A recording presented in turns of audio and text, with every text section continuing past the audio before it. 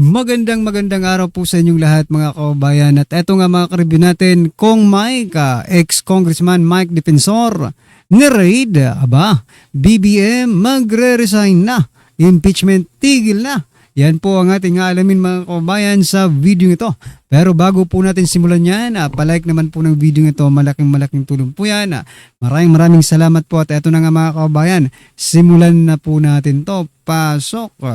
Pinunyag ni dating Congressman Mike Defensor na 2 beses nang ni-raid ng Bureau of Jail Management and Penology o BJMP ang kanilang detention cells sa New Quezon City Jail sa Grabe no, 2 beses nang ni-raid.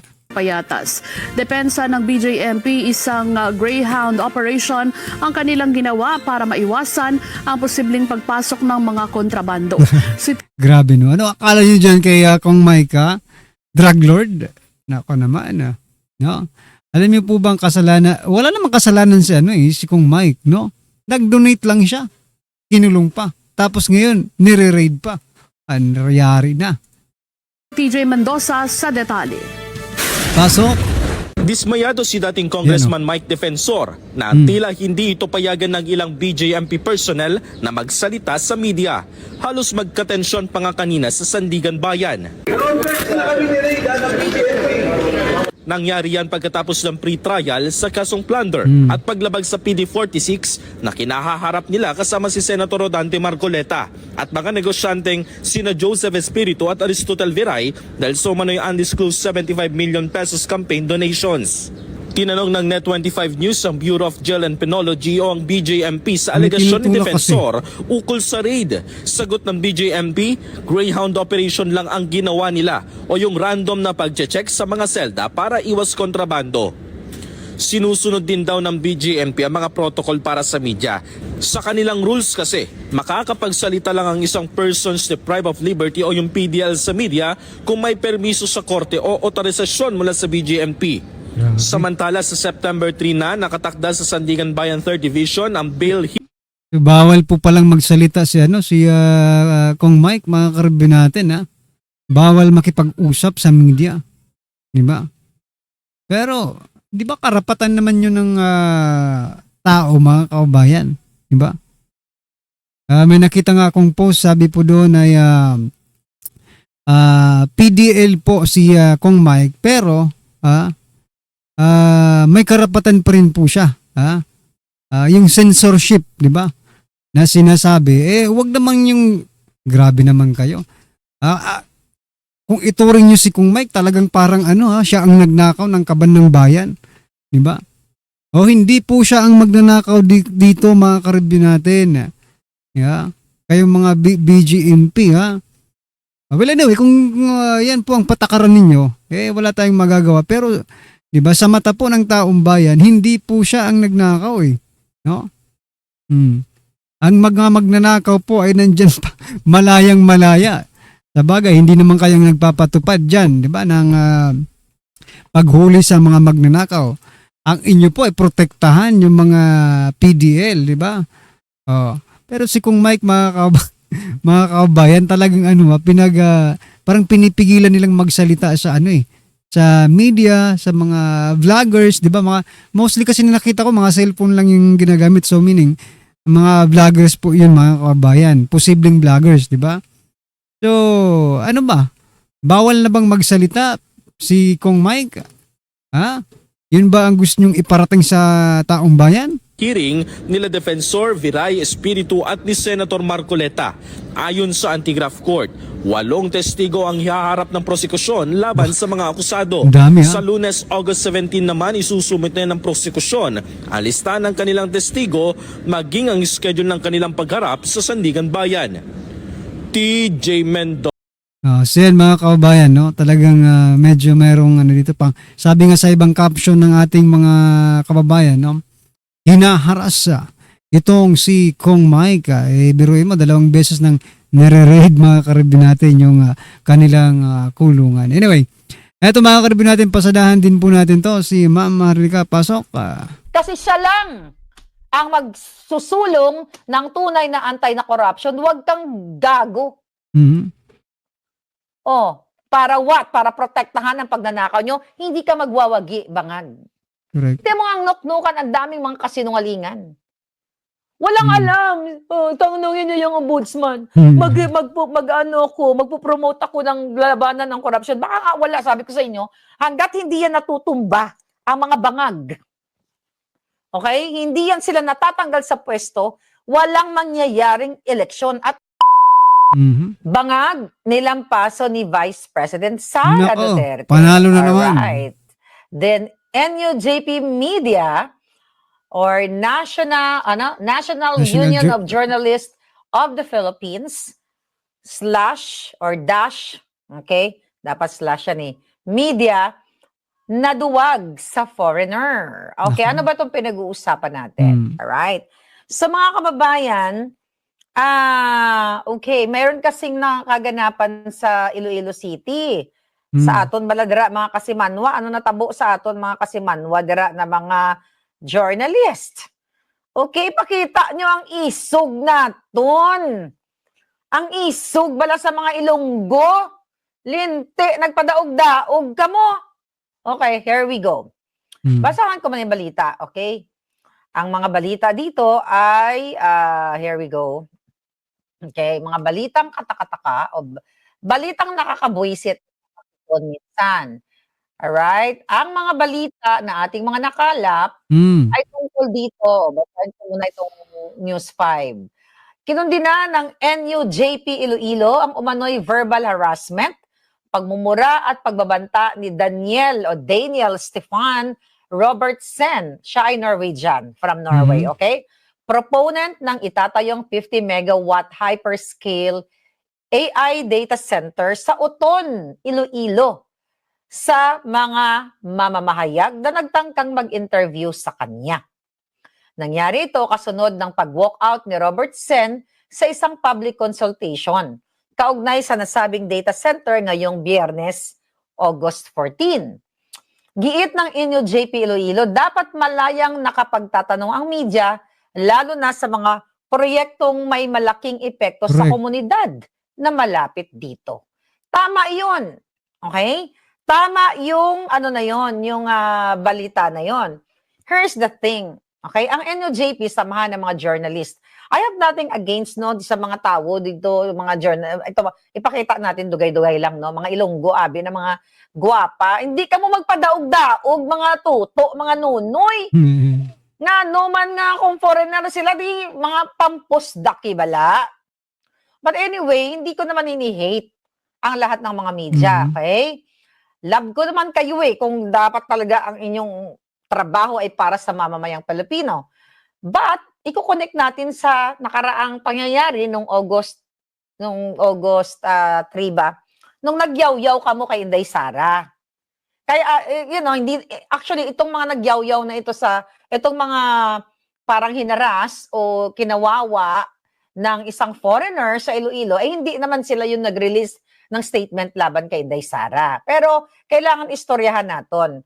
Ngayon, ito, abi mo, mga hudiputa namin pang kulamon. Okay? So, ito po yung nangyari. Teka. Bago ang lahat, ito muna. Okay? Bago ang lahat, para may timeline tayo. Here we go. Okay? Itong proposed na 50 megawatt AI data center sa Iloilo na nauwi baladra sa pag-walkout, konfrontasyon sa media, bala. So, di syempre, nag-ani, project proponent na si Daniel Stefan Robertsen, data center manager ng TerraCraft AS, isang AI kuryente, cooling systems, connectivity at iba pang mga infrastructure. Pinromote ko na kayo, Bombo Radio. Wala namang galit sa inyo, okay? Kay chuba-chuchu na ito. May ilang residenteng dumalo na may dalang mga karatula laban sa proyekto. Mayor, nagsabi din daw dito, ayon sa kay Bombo Radio, ang pag-walkout daw ni Gago ay, sabi niya, for me, ang bala pag-walkout is a sign of his withdrawal. Base may saltik ang Gago. Baka. Nagbida-bidahan sa atin. Hindi parang English yan o puti ang itsura niyan, magpadaog-daog na lang kita. Kaya ako nagagalit. Tuloy natin Dali lang. Just fuck Go away. Hey, you are not. Do you know Filipino? Do you know Filipino privacy law? You are not allowed to take pictures of me. Oh. If you Takot lang sila, di ba? Do you know Filipino privacy law? Dapat, alam yan ng mga media. Dapat yung pinag-aaralan nyo yan. Stand your ground. Sabi ni James Cloud. do that, I will take you in the court of the jurors. Oh, patay sa papakorte-korte pang nalalaman ang gunggong? No. You're so mad. Nicely. Tell her nicely.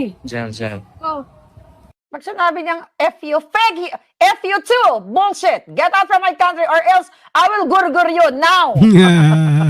Dapat ganon. Ganun. Don't say fuck Magaling lang kayo pag mga Duterte ang pinag-aanuan ninyo Di ba? to us. Hindi ganyan, don't say fact to us, no?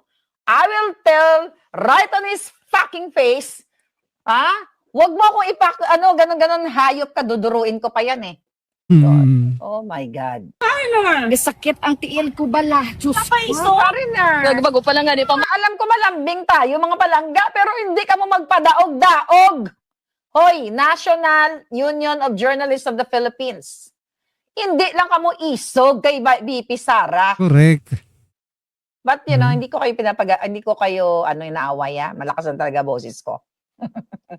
Okay, pakinggan natin. Pangkot sang tao. Siya pa iso sa aton? Oh, tama naman sa yung pamangkot sa tao. Siya pag-isog sa dapat doon binuljak nyo na. Yung nakalayo Diba? na, saka ka nagsalita ng ganyan Anong pakpak? Gusto mo sampalin ko yung pagmumukha mo? Anyway, wait. Pagalimbag mo na, hindi ka di mag-present. Sakit ang tiil. Pero hindi back out siya. First question. Okay, bye. Underground, fight for what is right. Do yun ang sinasabi ko, mga kababayan. Okay? Anong masasabi nyo? Buot, mga Ilonggo. Daw mag-video, gano'n. Di ba? Parang gano'n yung konteksto Di ba? Huwag ka mag-video kasi alam daw, you know about the data privacy, ganyan-ganyan. The Philippine law, chuchu-chuchu. Okay, hinanap natin. Alright? Para ipakita sa taong bayan kung ano yung mga tinatayo dyan. Hindi porket yan ay, foreigner, magpapaapi na tayo. Yan ang ayaw ko.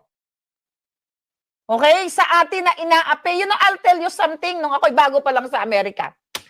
Nakwento ko na to kasi nanggigigil ako Diba? Nanggigigil ako, mga kababayan. Naginaganto-ganto kababayan ko. Bagong-bago pa lang ako. Okay, pasyente, nakwento ko na to. Mayamang pasyente sa Beverly Hills Aeroplano. Estudyante pa lang ako. Nagre-review pa lang ang hitad. Ang yaman ng pasyente. Okay, kwento ko lang to. Segue lang. Nagko-computer kasi nagre-review ako ng exam ko. Kailangan kong maging bonggang-bongga. Ang pasyente namin tahimik. Yung isang Jitemstra, Jitem. Jitemstra, ingit na ingit sa alindog ko. Kahit naman saan ako magpunta, kinaingitan yung alindog ko. Blurred ba ako? Hindi ko nga alam bakit blurred ako. Basta importante yung, ewan ko, ba't hindi nga ako klaro? Klaro recto.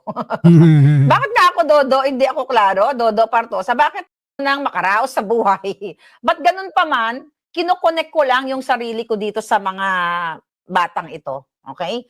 Hindi porket foreigner yan. Basta nasa right ka, nasa Amerika ka, nasa Europa ka, nasa Asia ka, you have to fight for your rights. Stand your ground.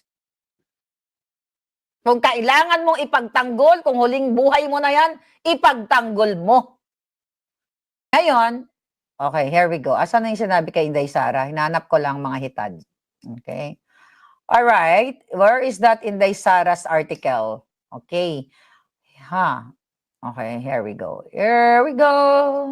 Dan. Oton, Iloilo. Where is that? Ito na yung article. Okay, so, nung July 29 sa Dahig, nagsalita si Inday Sara, di ba? Tungkol sa gun violence sa Pilipinas. Yung mga nangyayari, mga krimen. Okay? At nagbigay siya ng example na sa atin daw, dyan sa Pilipinas, umupa ka lang ng taga chuba-chucho ng halagang 5,000, merong available, di ba? Di ba? Sabi ni Inday, kunyari, may anong asawa mo, ganun, galit ka, mag-hire ka ng taga-gurgur, 5,000, meron na sa panahon ni Bangag. So may mga lumabas sa clips at headlines, okay, sa Abante, I think Abante Tonight. Okay? Na minislead nila yung public. So sabi ni Inday Sara, ito daw ay out of context. At binatikos ni Inday Sara ang Abante Tonight na inakusahan niya na naglabas daw ito ng deliberately spliced and misleading na video na may emphasis sa, sabi niya, I can hire a gunman for 5,000. Tama, di ba? Yun ang kanilang headline. So ngayon, ang argument ni Inday Sara dito ay, according to this news, ay pinipili o sinasalsal o ina-out of context lang ng mga media like Abante itong Sensationalize. balita para magkaroon ng engagement. Imbis na Minsan kasi yan talaga yung problema dito sa mga mainstream media, no, mga kababayan. Yung pag ano nila, pag babalita, minsan sobra din exaggerated, no? Sensationalize, no? Nila yung ano, yung mga balita. Para syempre, tulad ng mga vloggers, kailangan din po nila ng views, mga kababayan. pakita yung mga, yung context o juice ng kanyang sinabi. Alright? So doon nagsimula ngayon na nagsalita ang National Union of Journalists ng Pilipinas. Kaya natin i-connect kasi yung mga journalists sa Bombo Radio, they are part of it, right? Yeah. 'Di ba? Tama ba ako? Kung dyan sa Amerikanong yan, hinayo pa kayo di ba? Matatapang, nahabahag yung buntot ninyo. Oh, Pero pagdating kay BP Sara, halos balatan nyo ng buhay. Anong klase kayo?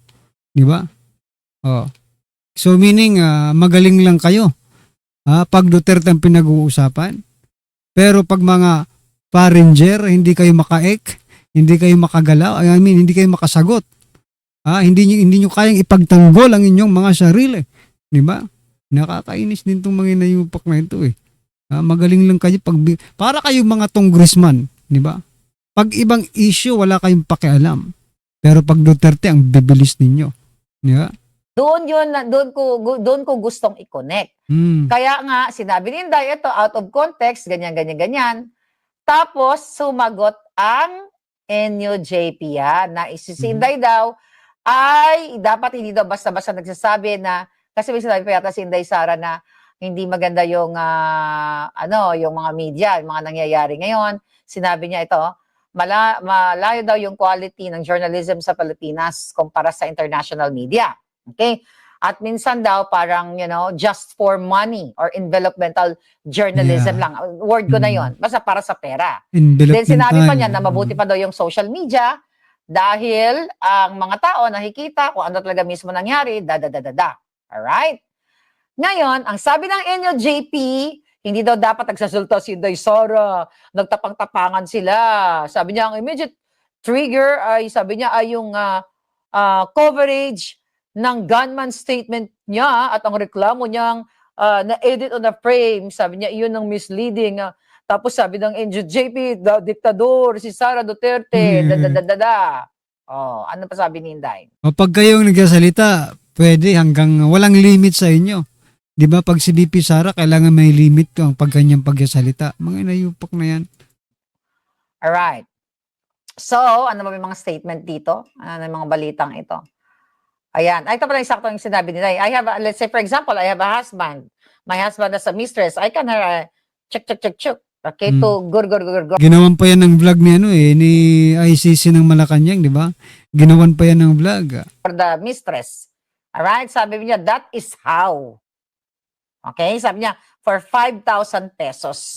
That is how bad gun violence in the Philippines. Okay? Tapos, yun ang sinabi niya. And that is what? Again, sabi niya, yes, EJK or something? So, ini-explain ni Sara Duterte. Ngayon, mga kababayan, ang sinasabi ngayon, diyan, ng Abante, because miyembro sila ng, ano tawag dyan, NUJP na yan, kung daw ang issue daw ni Inday Sara ay context o yung pagkaka-edit, okay, dapat daw pare-pareho yung kanyang pamantayan at hindi lang daw Abante yung single out niya. Tapos, may mga sinasabi pa dito, noong sinabi ni Inday Sara yon na hindi dapat ganyan ng mga media, Okay? Kung ganyan ang pamumuhay ng journalism sa Pilipinas, hindi talaga uunlad ang bayan natin. Okay? Sabi pa niya, kung makikita mo international media, paano sila mag-present ng balita, paano sila naghahanap ng mga issue na balita, napakalayo ng quality ng journalism sa ibang bansa ikumpara Ayaw, natin no? sa atin. Ha? That's true. Sabi niya, unfortunately, kung gagawin talaga natin araw-araw na just for money, wala talagang magbabago ang mangyayari sa ating bansa Basura sa ang mga journalism media. man. Sa mainstream media man o sa iba't ibang aspeto Correct. ng ating bayan. Alright? So yun yun. Sabi niya, buti na lang, meron tayong social media, ganyan na nga. Para nakikita natin kung ano talaga ang katotohanan na nakita ng tao at lumalabas sa bibig ng tao. Mhm. So to the rescue lahat, kagad itong NUJP, na alam naman natin yan, anti-Duterte at Correct. pro-bangag sila. Pero hindi naman lahat.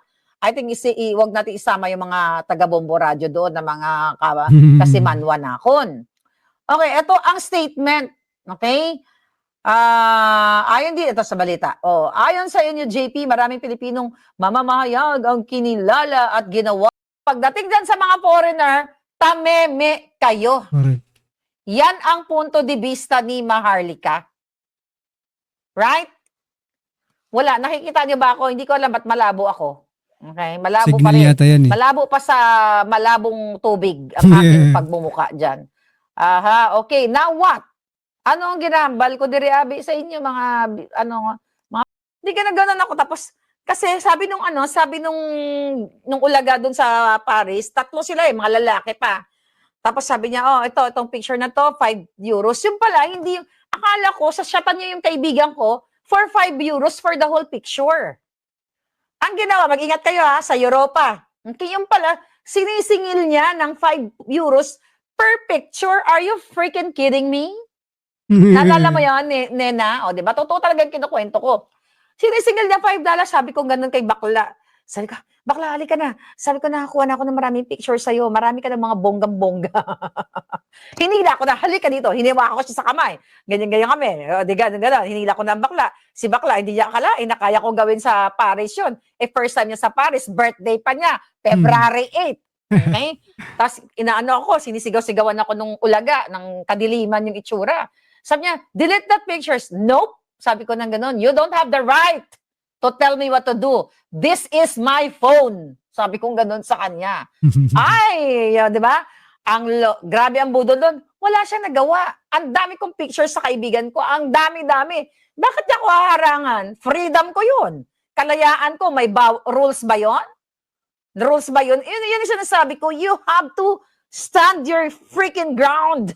Kahit nasa ang bansa ka, itong dalawa, medyo syempre natakot sila. Baka lusubin ako, pero hinanda ko na yung stick ko para pamalo. You're right. Sabi nga ni Barkadahan, di ba, kinuwento ko na to sa inyo, nanggigil ako. Sabi nung kaibigan ko, nakita ko sa birthday niya, hindi niya talaga akalain, pero nakakatawa yung storya na yun, mga bakla, mga palangga. Kasi, kompleto siya. 50th birthday ba ni Palanggayo? 50. Ay, no. 47, 48 yata. So anyway, madala pa siyang sash. Tapos dapat may dala siyang balon. Kompleto yun. Girl Scout yun si Palangga eh. So ngayon, ganun na. Tapos sabi niya, bakla, sabi niya kasi gusto ko yung balon pula. Nakapula siyang outfit. Pula yung balon. Alam ko, may bayad yun. Sabi niya, birthday ko naman. Nag-say, okay, pera mo naman yan, 5 euros, ganyan-ganyan. Kaso lang, hindi ko akalain na bawat picture sisingilin kami ng 5 euros. Syempre, matalino ang bakla. Excuse me, si Maharlika Paz. Alam ko na yung style na gano'n. So, picture-picture ako, ganyan. Ganyan-ganon. Bakla, marami ka ng picture. May kumabog na. Sabi ko, halika na, kumabog na, wag mo nang bayaran yan. Long story short, hindi siya nabayaran ng kaibigan ko. Kasi kaibigan ko, hindi niya alam kung magbabayad ba siya o susundin niya ako. Hinawakan ko siyang ganyan. Ganun ko. Sabi ko, bakla, alika na. Sabi ko, mo nang bayaran yan. Huwag mo nang bayaran yan. Marami ka ng picture na kumabog. Walang nagawa. Tapos, habang naglalakad kami papalapit, ang tangay na taga, ang dami manloloko dyan sa Paris. Okay? Alam nyo yan, di ba? Habang naglalakad kami, may sumunod na mandurukot sa amin. Feeling ko mga kasamahan din nila yan. Marami, no? Mga mandurukot. Anyway, inom muna ako water. Kung kinakailangan. Pero hindi ako namimisikal. Hindi ako nag-uuna-una physical. The moment na itaas mo, mayroon na kaagad ako pang chorba sa kanya. Kasi So yan mga kababayan, ano pong inyong opinion, reaction patungkol po sa video ito? Just comment down below mga kababayan. Maraming salamat po.